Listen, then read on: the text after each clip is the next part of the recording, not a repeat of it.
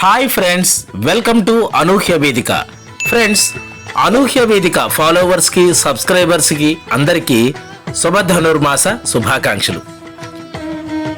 ఈ ఉత్కృష్టమైనటువంటి ధనుర్మాసం నందు తిరుప్పావై ప్రశ్నావళి జవాబులతో కూడింది మనం ఒక్కసారి చూద్దాం. 96వ ప్రశ్న, ఏడేడు జన్మలు అనగా ఎన్ని జన్మలని అర్థము? జవాబు, ఎన్ని జన్మలకైనా అని అర్థము. 97వ ప్రశ్న, తిరుప్పావైలో గోదాదేవి 29వ పాసురంలో ఏ దివ్య దేశం గురించి కీర్తించినది? జవాబు, అయోధ్య. 98వ ప్రశ్న, వజ్గం అనగా అర్థమేమిటి? జవాబు, ఓడ. 99వ ప్రశ్న, ధన్వంతరి అవతారములో శ్రీ మహావిష్ణువు చేతిలో ఏమి కలిగి ఉంటాడు? జవాబు, అమృత కలశము. 100వ ప్రశ్న,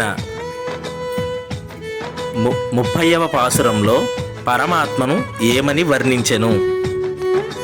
జవాబు, తెజగల్ తిరుంగొత్తు, చంద్రుని పోలిన దివ్య తిరుముఖ మండలం గలవాడ అని అర్థము.